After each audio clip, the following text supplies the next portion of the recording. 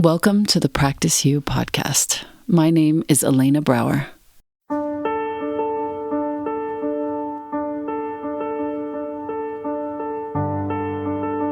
Let's dive into today's conversation regarding life's myriad transitions and how we refine our responses in our relationships, our wellness, our households, our work, and in our practices.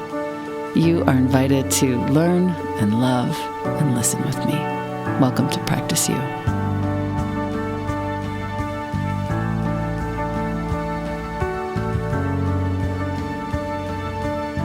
Welcome back to the podcast.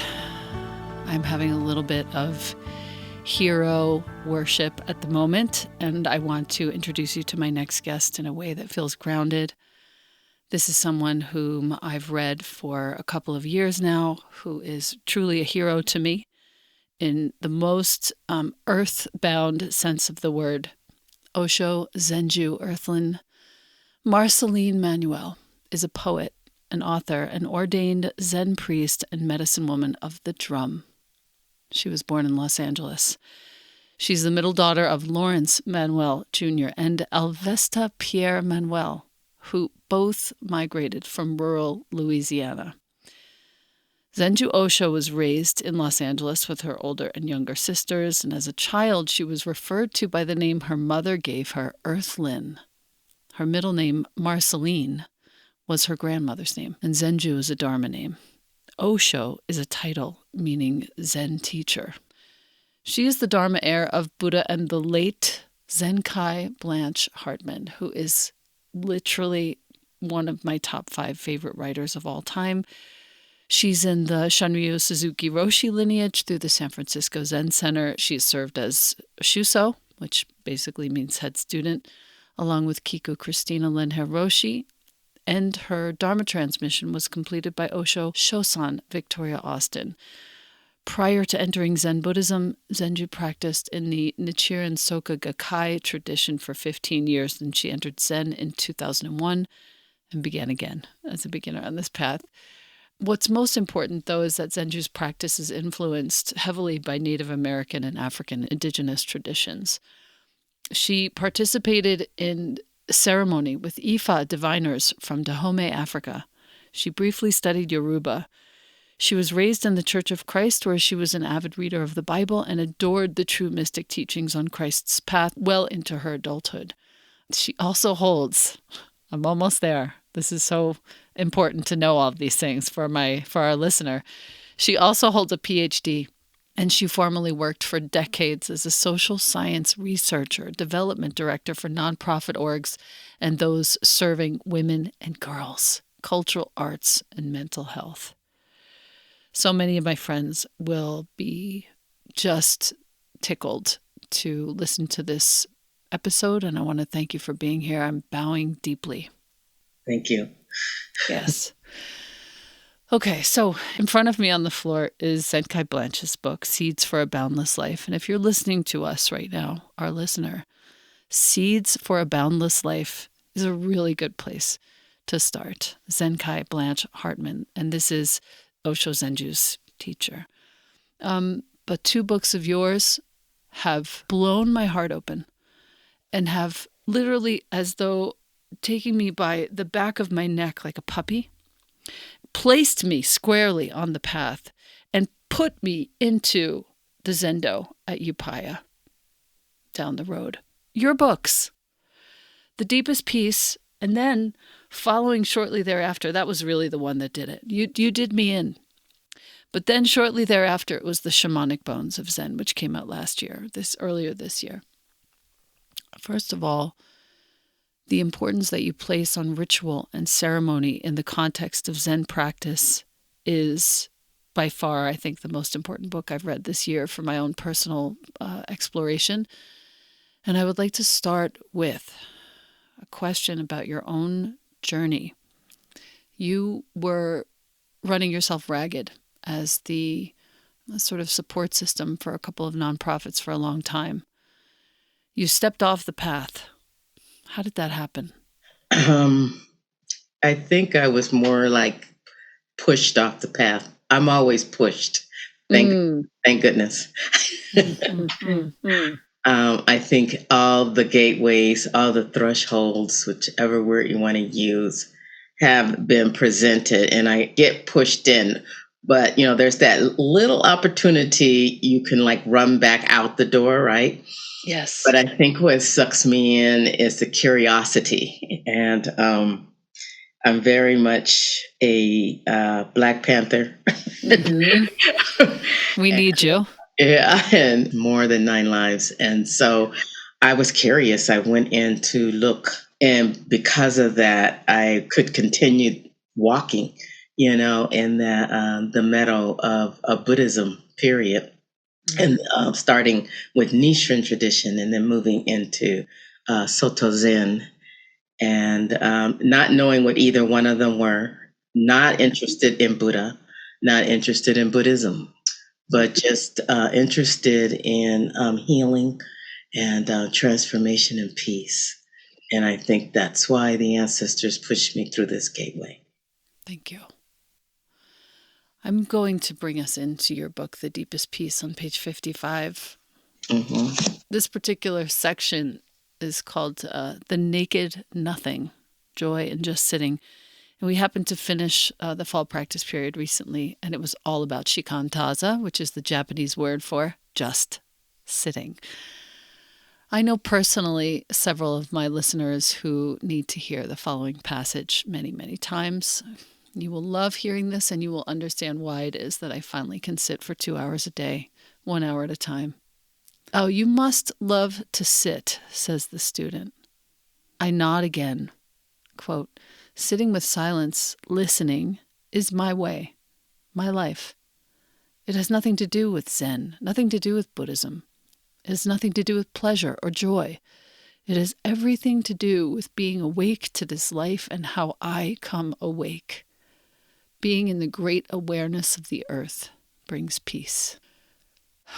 And when I read that, that was kind of the seal for me.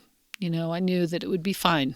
Everything would be fine and the world would be fine if I stepped out for an hour in the morning and an hour in the evening and just sat. I want to thank you for this book because there are so many ways in which, and I'll read a couple more passages as we go on, but I want to go to my next question because you really are a poet. Yes. You truly are in every sense of the word. And in fact, I'm quoting you, a super short quote in my upcoming book of poetry that's coming out next year. It's called Softening Time. And the quote from you reads, I'm paraphrasing, the need of the poet is not to be heard. The need of the poet is to listen. I wonder if you could talk a little bit to us about your sort of discovery of poetry. I remember mine very well, and how this capacity arrived. So again, it was one of those gateways I was pushed into. Pushed through, yeah. I don't think I had any choice in this life. Right. Personally, when I sit back, I go, okay, I just came totally as something, a conduit or an entity or vehicle by which someone or something of this earth is using. And I think we're all in that way, but I recognize mine very clearly. So when I was in elementary school, I would never do the book reports. Of course. Because I was very lazy. I didn't like the books, of course, and I was like, okay, I can't read all of this. It's too many words. So finally, one of my teachers, and I think she was either the 5th grade teacher or the 6th grade, and she said, here, she handed me a book of poetry. I believe it was Emily Dickinson. And I don't remember completely. I just remember what poetry? What is it? And she handed it to me. I took it home. And it was the first time I actually read a book from cover to cover. Wow. And I felt so successful. And I understood all the poems. And I did a book report on that book. So that began the journey. You could write like this. It's okay to just write the essence of everything. Of course, those weren't my words as a child, but like, I could do this. I could do this without this way. I don't have to talk all the time about everything. I don't have to write in detail. And so I started doing it, started trying it out, writing my own poetry. And it was so natural. I didn't really have to work at it at all. It was very natural. And I wrote and wrote all the way when I was in high school. I was an English lit major. And I didn't know what I had signed up to be that kind of a major, but it was very eye-opening. I ended up writing an ode to Martin Luther King, and that was interesting in an Old English. Do you have that? I don't have it. I know it's lost in the world. And there was a book, and I think they did put it in that book. I've never gone to search it out. They made a book of poetry of all the students. And all the students were saying, "You're in the book, you're in the book." I didn't care because I didn't care about publishing. So I never even got a copy, or they gave me one and I tossed it or something. Of course. When you moved, the next time you moved, it was in the trash. I think it just ended up in the trash, pretty much. And all of my poetry, because I didn't see it as what people see poetry as. To me, it was just my voice, and I was speaking and it was coming out on a piece of paper. And so after a while, it didn't matter that those words existed or not. I already took the act of poeting, if you can say. Sure. I did it, and it was done. So that was, how it went. And I continued to write poetry. And I think deep down wanted to be a poet, like known as a poet. And I, did not succeed in that. I think because, I had to grow up, I had to mature, I had to season and those kinds of things. And that's what Zen offered. Buddhism offered that growing up and that seasoning, letting go. You had to let go of a lot to be a poet. Wow. Yeah, you can't be holding on to any kind of ideologies and things like that. That can't be in your mind. Yeah. On page 94 of The Deepest Peace, I'm going to regale our listener with an example of this, letting go and finding the words. A flash of light in the dark plains, an utterance without a word, a sudden appearance of a friend at the door. Explaining magic strips the ocean of its waves. Explaining magic strips the ocean of its waves. Skin hot in the winter snow, mind without thought, no ears needed to hear. Magic? Only response, sit still. Be drenched, hands out, eyes open, greeting what is there. Woman, you just make me cry every time I read you. It just makes me cry. Going back, page 84, Poetic Solitude, you write about the poetic justice of Phyllis Wheatley. Our listener needs to know who this is. It was an evening when you were writing this piece. A new moon was causing you to pause and read Phyllis Wheatley, who's an 18th century poet. You write, of course she would present herself during a new moon that is begging me to write. Removed at the age of 7 from West Africa, bought and sold, Phyllis had to be a moon child. Under the moon, when others were asleep, her enslavement erupted into poetry. Her writing was her underground path to freedom. Her words, the voice of the earth. Wheatley put ink to paper for solitude. Quote, and this is Phyllis Wheatley's words. Soon as the sun forsook the eastern main, the pealing thunder shook the heavenly plain. Majestic grandeur. From the zephyr's wing exhales the incense of the blooming spring. Soft purl the streams, the birds renew their notes, and through the air their mingled music floats. You continue. She breathes into the chaos of a world weighed down with slavery. Still she attends to the experience of spring, to thunder, the wings of a zephyr. The birds renew their notes from their morning songs. No one knew that her life would be a conduit of radiance that would last for centuries as ancient poetry. I just, I'm going to skip the next paragraph, and I just want to really focus on this one line. Who will show up in an inner monastery for poetic solitude? Who will show up in an inner monastery for poetic solitude? It's so rare that somebody will show up like that. Mm. Nobody's watching. Nobody cares. Nobody knows. But can I show up in an inner monastery? I'm 52 now. We don't know each other. And that has been the work of the last 3 years, to show up in that monastery. Mm-hmm. So thank you for that, because I didn't have words for it. Yeah. Now I do. Mm-hmm. The Shamanic Bones of Zen is the most recent, and I know you have another book coming out, and I can't wait to devour it. I'm online. This is an important book, though. I spent the last 3 years basically receiving the dharma via Zoom. Mm-hmm. I feel no lack in the transmissions that I've received, and in walking into the Zendo for the very first time this fall, I felt like I'd been there for months, and I'd never been there before. But I'm pointing out on this page 32 in Rattling the Bones, speaking of the Shamanic Bones of Zen, even in context, it would be overwhelming for teachers to first explain the reasons for tools and incantations before every ritual or ceremony. Rituals and ceremonies are to be lived. Your own bones must be rattled. It would be a waste of time to give detail to something you cannot understand with the mind.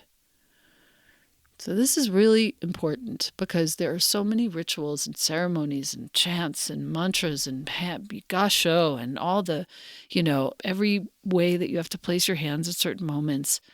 I've never learned it via words. I've learned it from reading in the precepts preparation that I have, which is a giant book of so many words. And I've learned it just from being there and from watching on the Zoom. Mm-hmm. But your whole point of this book is to recognize the parallels and the merging of the perpendicularity and the adjacency of shamanism and Zen. You got a lot of flack for it, I'm sure. And you mentioned some of the flack in the book, but I'm sure it was worse than what you've written. And I would love to hear about how you got the courage to bring this whole conversation to the fore in a book, no less, and to read Roshi Joan, who's my teacher, writes, this extraordinary book, rich in content and feeling, is a revelation on Buddhism's secret life source and the ineffable power of ritual. Osho Zenju Earthlyn Manuel's gift to practitioners is to return all of us to the great beauty of practice and the mystery of ceremony through the shining lens of the ancient practice of shamanism. It's so scandalous. Mm-hmm. Where did you get the courage? Well, that one anecdote that I give where the teacher was concerned that I was calling Buddha a shaman. Yes. It's actually the only incident that I Is had. it? Yeah. Oh, that's great. And the majority of teachers, which was shocking to me, were very much in alignment. Matter of fact, the whole page of Zen teachers who endorsed the book, it was left out of the book. There's a whole page of praise from Alan Sanaki, abbot of Zen Center, Norman Fisher, and Taigen Layton, who's a Buddhist scholar and teacher. So all of them endorsed this book, and their endorsement did not show up. I almost died on the day I got the book. I was like, ugh. I'm actually dying over that, because all those people are people with whom I've studied. And right. It was important.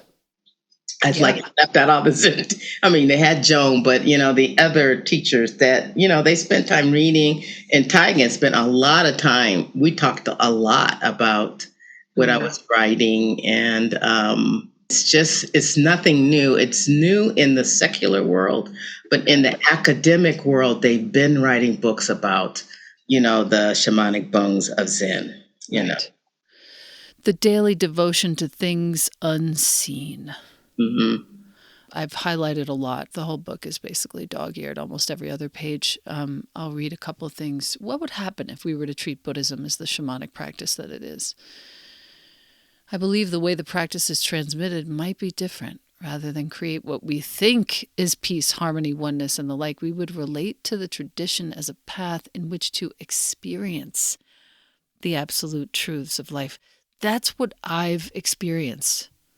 When I picked up your book, I just was out of my mind. Like, okay, now I understand. Luckily, I didn't have to wait a decade or two to read these words. Mm-hmm. But another important passage, a saying in Zen community, as you write, is Zazen is good for nothing, which means, I love this, you're not looking to gain anything. However, you are seeing deep into life. You are taking on a seeing practice to discern, or can I say divine life. This is done to bring forth wisdom as a way to attend to suffering, personally and collectively. That really wraps it all up in a nice bow, but there's so much more.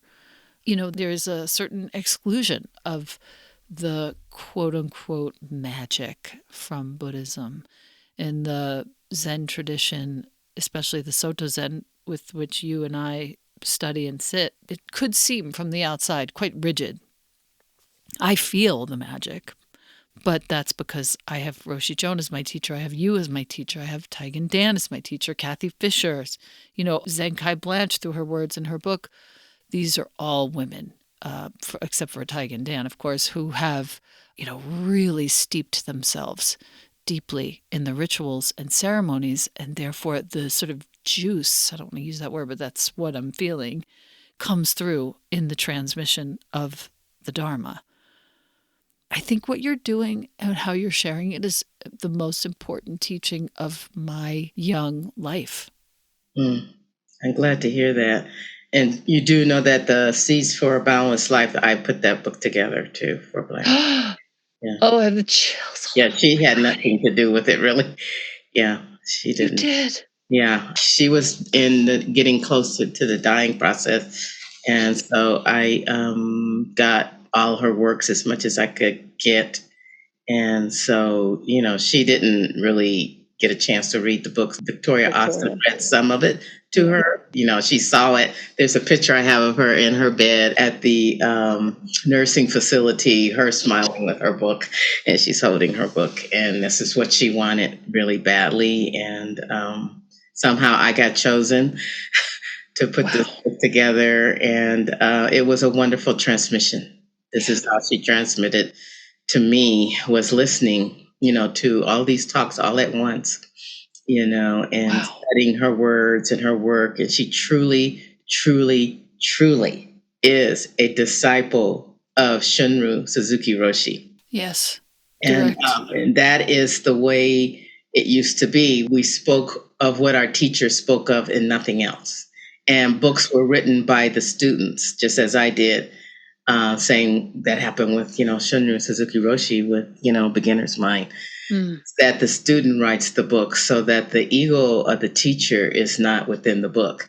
So that kind of practice has kind of gone away. I've jumped and wrote my own books, but that is my vocation. I am a writer. I was an author before I entered Buddhism, and like some people or other things, doctors, lawyers, I'm a writer. So it was natural for me to write my experiences, and it was very easy for me to pull together this book because I had experience in publishing, and getting things published. And so, yes, I went to read somewhere, I don't know where it was, and they said, well, what do you have to do with the book? And I said, everything. I said it wouldn't exist because she is actually dying. So she didn't jump up and write a book, remember? Right. So she was not here for that. But I'm so happy she has the book. I got a big thumbs up from her family. Her daughters, especially her daughters, consider me one of the daughters of Blanche. And so the three of us were in the hallway and they were just crying. This was after Blanche died. And they told me that they could hear her voice. And the family was so happy that I had written this book because they could hear her, by reading it. And that just said everything, to me. you know. It's been a major pivot point, her book as Yeah. well. It's very profound in its simplicity. That's who she was. And Yep. yeah, I think it's a wonderful book. I love it myself. I'm going to read from it if I may. Sure. Yes. Page 80, bottom.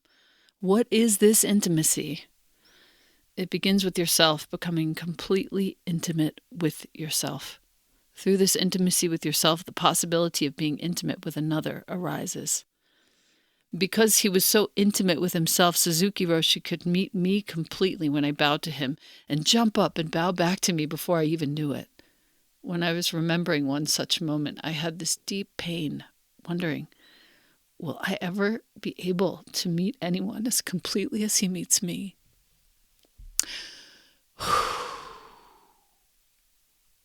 She goes on to say, please stay close to your breath. Stay close to just this one. As it is, you will find everything you need right here in this moment. Oof. There's so much in here. Our listener, I'm sorry to give you 3 books to buy. I'm really sorry, but there are 3 books to buy.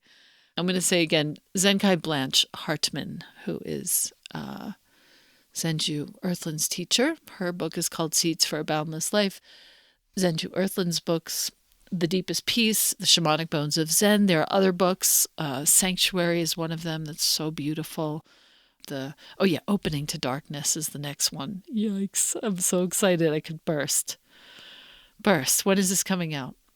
It comes out on March 21st, 2023. Can you believe it's 2023? Yeah. So there'll be the audio. You'll want to get the audio on this one. I usually don't push audiobooks, but this one is audio. You'll want it for the guided meditations in the back of the book. Oh, God, my whole body just melted again. And you got Resma Menakem to give you a quote. Opening to Darkness is beautiful, wise, magical, earthly, and utterly necessary for our time. Thank you. Okay, the last couple of things that I thought it might be nice to address are still in the Shamanic Bones of Zen. I have marked page 107, Chanting Spells. Mm-hmm. There's a Chinese stone inscription that you quote in the front of James Nestor's book, Breath, which I loved and found very helpful to myself in terms of breathing with your mouth closed and why and how we've evolved because we no longer eat raw meat to smaller jaw, all the things, and how hard it is for us to just get oxygenated now. But the inscription is, in transporting the breath, the inhalation must be full. So, listener, take a big deep breath. When it is full, it has big capacity. When it has big capacity, it can be extended. And when it is extended, it can penetrate downward. We're still talking about a breath.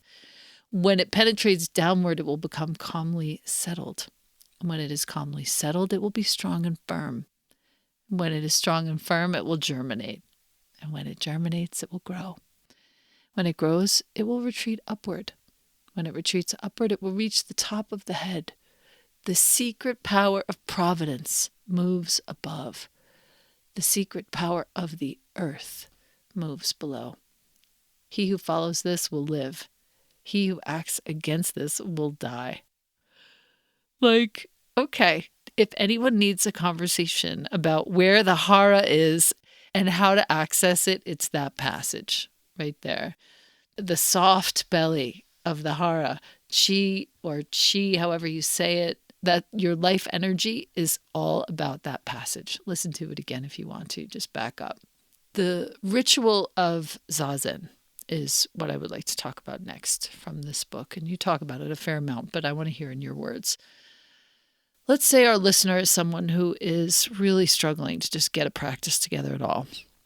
They've spent, 10, 15 years studying yoga. They have a bunch of different possible meditation practices. There's some guided meditations over here. There's the one they did on that retreat that they loved. They can't really remember. And then there's Zazen, which has no words, no mantras, no things to do. Talk to our listener about the practice and the purpose of Zazen. So I'm glad you talked about the various ways in which we gather medicine from many traditions. And then you enter this place of nothingness, of Zazen. And Zazen is a portal. It is a portal for wisdom. And in that portal, you yourself develop that wisdom that you've been running around gathering. And you learn how to use your medicine and your wisdom. That's my experience of Zazen. And so the stillness and what arises from the silence, first, what arises will be what's in your mind, of course, for a long time. And, maybe not. Maybe you're very special. It could go that way for you. But I feel like it takes a while to sit in the silence, in the stillness, until you actually hear something that's different than what you've read, different than what someone has taught you, but you know it to be the absolute truth. And when I say truth, it is aligned with nature and the earth.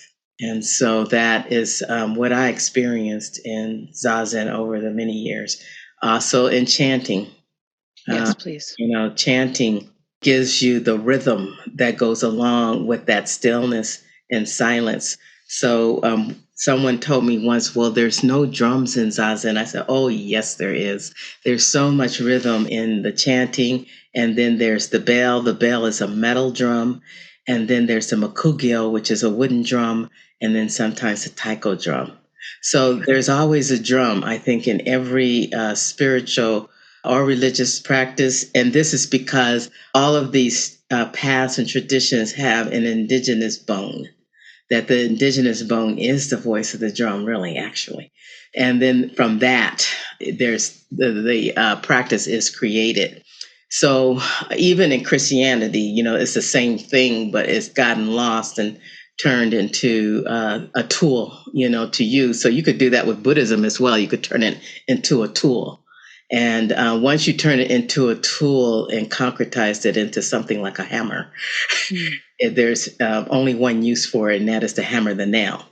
But if you keep it open and not have it as a tool, but have it as a path, as a wandering, as a place to be, as a portal, then anything can come through, and you can do more than hammer a nail, with the tool you're doing, whatever you're doing with the practice to make it fit for you. I'm on page 130. It's sort of in pursuit of what you've just said and follows it well. We talk about rohatsu. We talk about the sort of celebration and initiation rituals in this section. And on the top of 130, we talk about how on one of the memorial days for Suzuki Roshi, priests will talk to his spirit. They will tell him of their love. They will tell him how things are going. And you remark that speaking to the ancestors in such a way is part of many earth-based practices, in which I include Zen and other Buddhist traditions. Thank you for that, because I find myself when I'm home alone pretty often telling my mom, who passed away 7 years ago, exactly how things are going and asking for help. And it makes perfect sense to me that the priests would talk to Suzuki Roshi and let him know of their love and how things are going.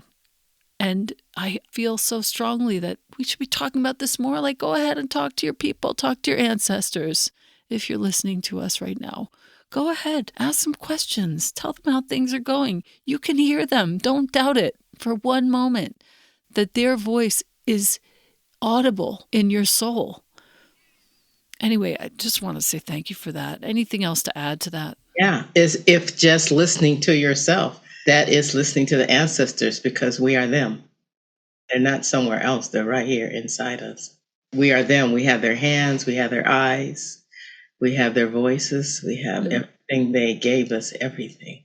And then ancestors can be anything that was here before you came to this earth. So it can be a tree, it can be the sun, the moon, all these things were here. All the medicine was here. Everything was here for you, the food. So it's not like you came in with all of this, and took care of yourself. So everything is from the ancestors. And I have a lot of people struggle with this ancestor practice and idea, especially within Zen. And our Buddhism, and was asked, by a young man. And he said, well, what do you mean by ancestors? I don't understand. And this young man was going to be a teacher of Buddhism. And I almost like fell out when he said it. It's like, what do you think you're doing in my mind? And so then I said, well, the greatest ancestor, if you are going to be a teacher of Buddhism or call yourself a teacher, then you are teaching the teachings of one of the biggest ancestors of all. And that's Buddha. And he looked and I said, so if you're not speaking from that, then you're speaking from your own mind and your own, habits and your own whatever. And that's okay too. People sometimes have something to teach from there. However, if you want a broader, more enlightened and wider, more expansive teaching, you would move towards sages and prophets. They don't have to be men either, and they don't have to be any gender, really. But you can hear, a child can also speak wisdom sometimes, like they might not know that's what they're saying, but it happens. So that was interesting. And we chant, to all the ancestors of the practice all the time, because it wouldn't be here. We wouldn't even be talking. You and I wouldn't be talking if it wasn't for the spiritual ancestors, and if it wasn't for our own blood ancestors, whether we love them or not. They're still our ancestors, and we can't change it. And so this moment right here, this moment that we are here together is because of all these people. Like thousands of people brought us to this moment. Oh, thank you for that. My listener, our listener, I have to apologize for the next question. It's very selfish and it might not matter to you, so just bear with it. I'm going to take the precepts in March, right around the time when your book comes out, with Roshi Joan. I've sewed my Roxu. I have the giant lineage chart on the floor next to me, and I'm working on that right now. I've never felt more on purpose in my life. And you talk in this book, 131 onward, about the ceremony of taking the vows, and I would love to hear your consideration of what it means to take the vows. Mm-hmm. I feel the Jukai, especially Jukai, which is a vow, the initiation, lay initiation ceremony, your first set of vow taking, is definitely the most powerful ceremony one could take, even if you don't want to be a Buddhist or call yourself one. To enter this gateway is to enter freedom. And I've seen it in people's faces. It's not something I've heard written down or thought of myself. I have actually experienced it in the first Jukai I led. And with my students, that's when I realized that, this is why I have this brown robe that I'm Dharma transmitted. And that is to stand at the gateway of freedom for anyone who wants to have that feeling, that experience, and make that vow to live in a particular way. I would love to be at the gateway for that person. And for those people, anybody who wants to do that. And I do offer that to people who don't necessarily sit with me, but they find me somehow.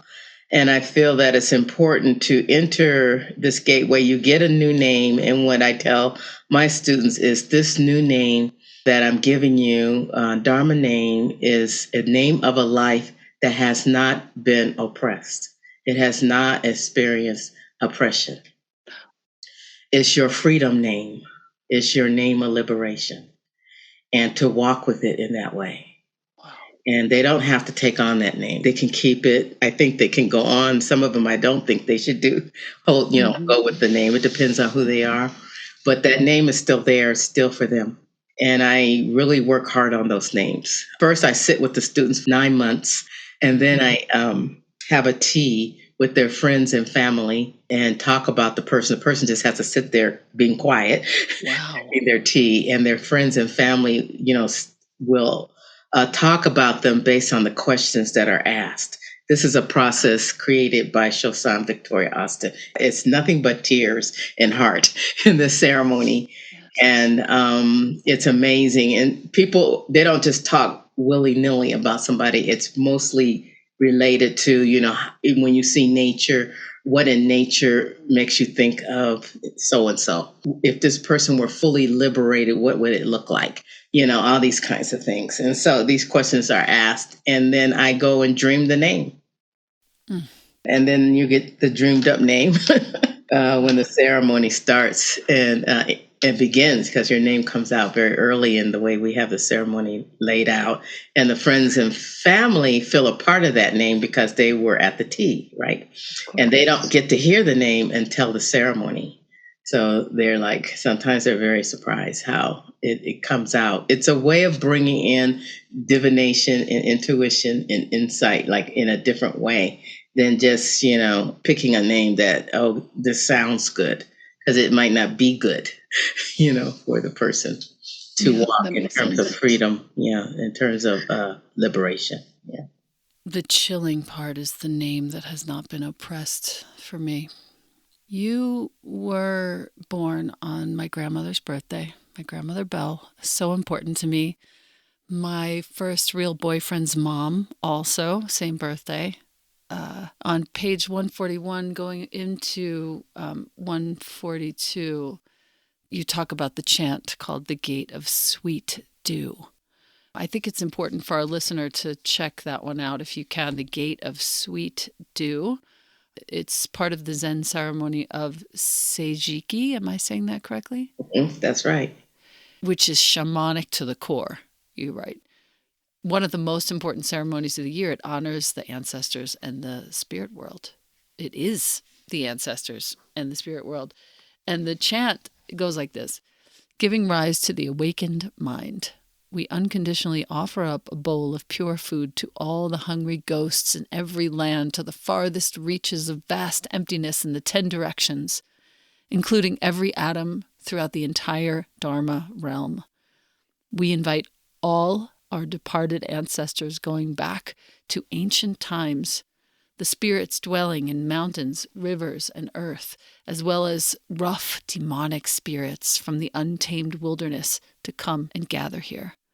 Now, with deep sympathy, we offer food to all of you, sincerely hoping that you will each accept this food and turn it over, making offerings to Buddhas, sages, and all sentient beings throughout the vast emptiness of the universe, so that you and all the many sentient beings will be satisfied.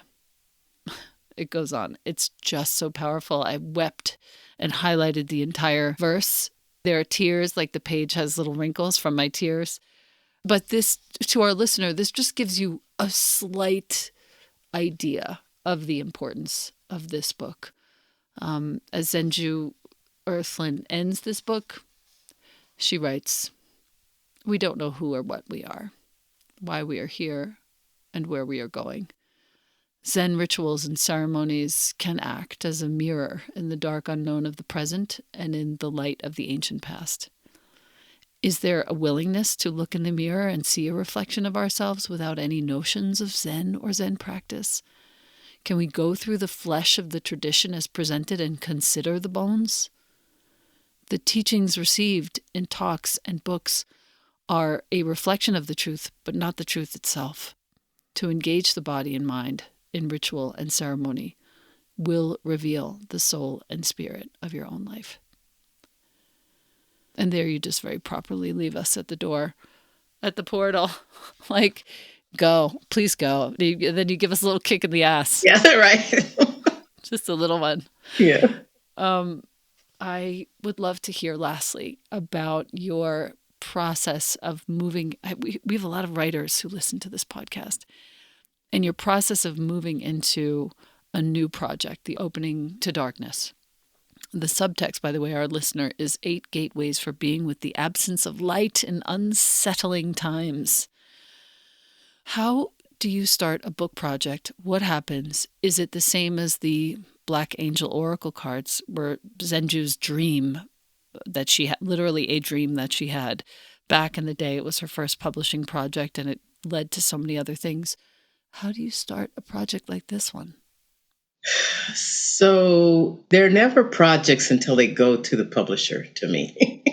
The publisher sees them as projects.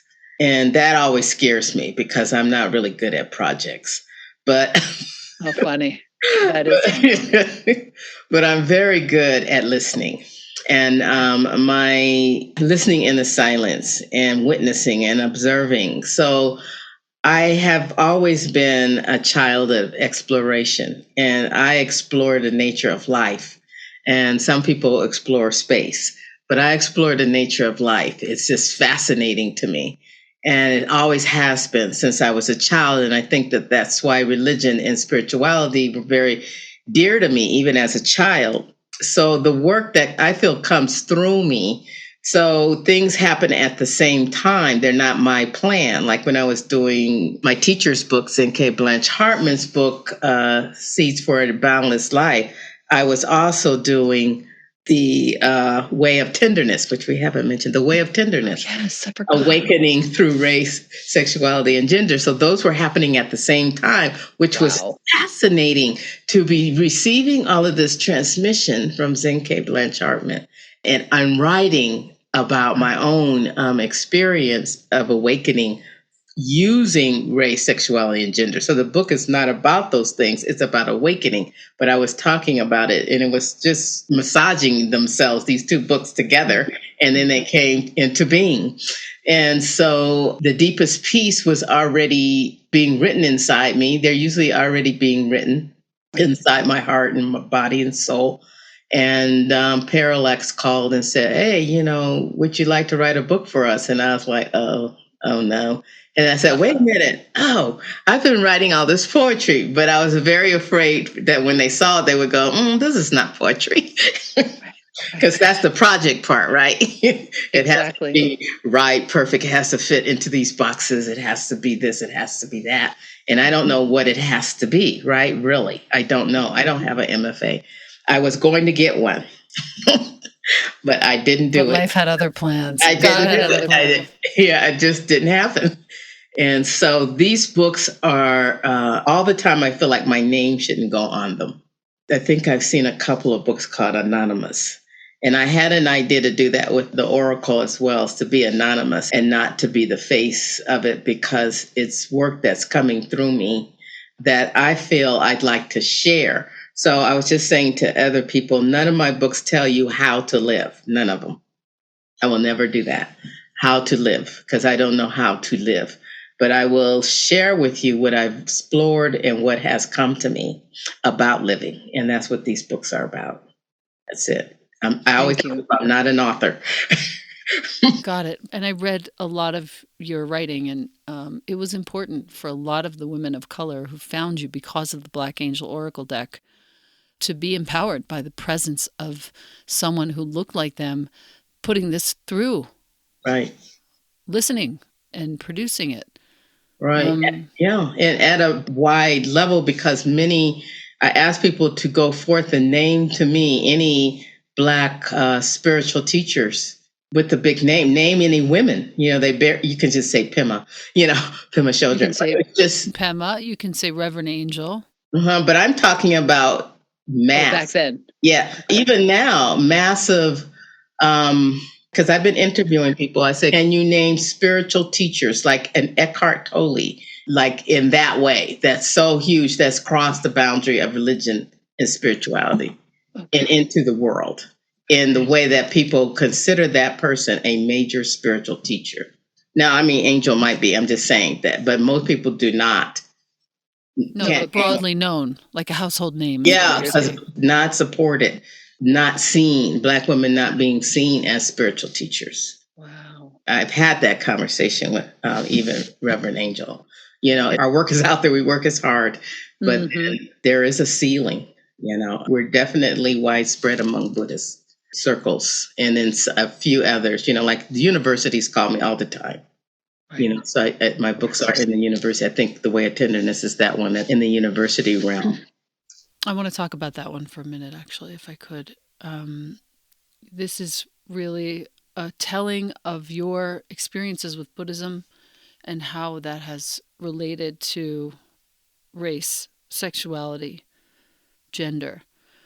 And when we talk about Buddhism for our listener, and then I really want you to talk about this, what we're sort of referencing are the philosophies of emptiness, impermanence, talk to our listener a little bit, if you don't mind, on the core of this book and why it's so important for folks to read it, The Way of Tenderness. So this book, I think, has been misinterpreted by those who haven't read it because they see the word race on it. But That's usually how it goes. yeah, Anyway. it's not about race. It's not about sexuality. It's not about gender.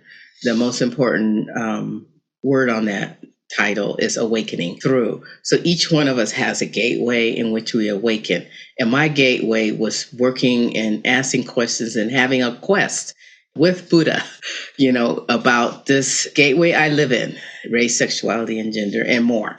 And so it's not just those three, of course, So from the beginning of my Buddhism, I have walked that because that's where that suffering is. That's what I felt was suppressing me and killing me and all these kinds of ways of feeling not alive. And how was I going to live fully? And could Buddha's teachings address this feeling, And that's what that book is about mostly. The teaching that under the writing is the teachings of the two truths, the relative and the absolute. So everyone wants to live in the absolute. Everyone wants to be non-dual, peaceful, harmonic, whatever. And then, so that means people think we ignore the relative condition of our lives. In the book, it's suggesting an exploration of the relative life as the gateway to the absolute. So the race, sexuality, and gender to awakening. That's the absolute. We cannot accomplish the absolute. We can't accomplish it, but we can have an experience of it. Right. That's very different than accomplishing it or achieving any of these things. You cannot achieve Buddhist teachings. I tell all of my students that. They get so sad. And you're just not going to achieve this, and there are no certificates. There's nothing to show that you have become accomplished. But there is this way that we can see who and how life is experienced through each other. So you might find, say, a sage, a prophet, who they've experienced this absolute. And, Ramana talks about it. Ramana Maharshi talks about that, right? Yes. He definitely experienced it, but did he accomplish all the teachings? No. And so then, people were alive to be with him and find out, oh my God. So, because the relative is still there, right? The relative human being, and which I tell people about, even Thich Nhat Hanh, one of the greatest teachers, do not think he was perfect. He was a human being. So I think that we want the perfect life, and we want the perfect teacher to help us have a perfect life. So I'm suggesting that we have to go through this life. We have to walk through this wretchedness, in a sense, in order to, be awakened, in order to experience the absolute. Opening to darkness is almost the same message. It's not the two truths, though, as much as looking at darkness and blackness without yearning for light. So we yearn for awakening, we yearn for light, but when we think we have it, then that isn't it, because you can't really name it, you can't see it. Light is really very dark. And so when dark is here, we know that's when things are being illuminated, and it's really being illuminated right now. Boy, oh boy, is it ever. Right, isn't it? So I think this is the very dark. So how precious is that? That it's so dark that we can see everything. It's Thank so you for dark. that. Yeah, we can see everything. And we have to see now. The two sort of poles, the two sides, the two polarities, the wretchedness and darkness, and then the total light and absolute and all the things that we think we're striving for every day. It's funny how we take our hands in prayer, we put those two things together, we bow, we sit still, quietly, no fanfare, nobody knows about it, and we transform. Mm-hmm. And I think that serves all the people in our lives. I'm really kind of in deep respect and humility for the contribution that you have made to my understanding of that, as small as that understanding may be. You've had a big voice in it, and I cannot thank you enough. You're welcome. You're welcome for being there for it. Yeah. For our listener to find Zenju Earthlyn Manuel, Osho Zenju Earthlyn Manuel, you can go to Zenju, ZENJU.org. She has a beautiful website with lots of teachings there. Her books are there. And when Opening to Darkness comes out, if I may be so bold as to ask, I would love to be able to read it and maybe welcome you back some months after that if you'd like. Sure, I would love to. Yeah, I would love to have you back to talk about that. For our listener, thank you for being here. Osho Zenju Earthlyn, thank you so, so much for everything that you do. I am bowing deeply. Thank you for the invitation. Speak again soon. Okay. Take care. You too.